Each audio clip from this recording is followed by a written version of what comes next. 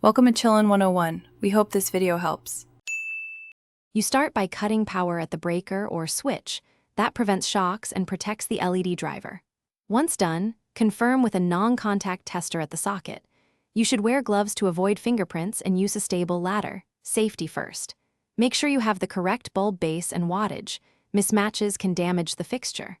Prepare a soft cloth to grip the bulb and a screwdriver if the trim or housing is secured. Now proceed to access the bulb. You remove the trim or lens next. Do it slowly so clips or screws don't fall. Once the opening is exposed, support the fixture with one hand and either twist the bulb counterclockwise or pull straight out depending on the base. This prevents damage to the socket. After removal, inspect the socket and LED driver for corrosion or loose wires. These issues cause flicker or no power.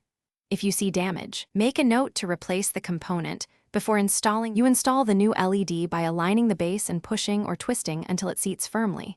Proper contact prevents flicker.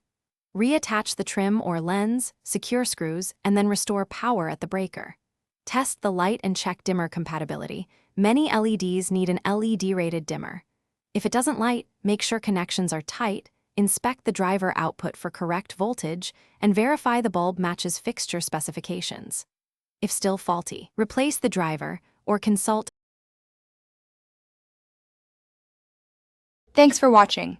Consider subscribing if we helped you.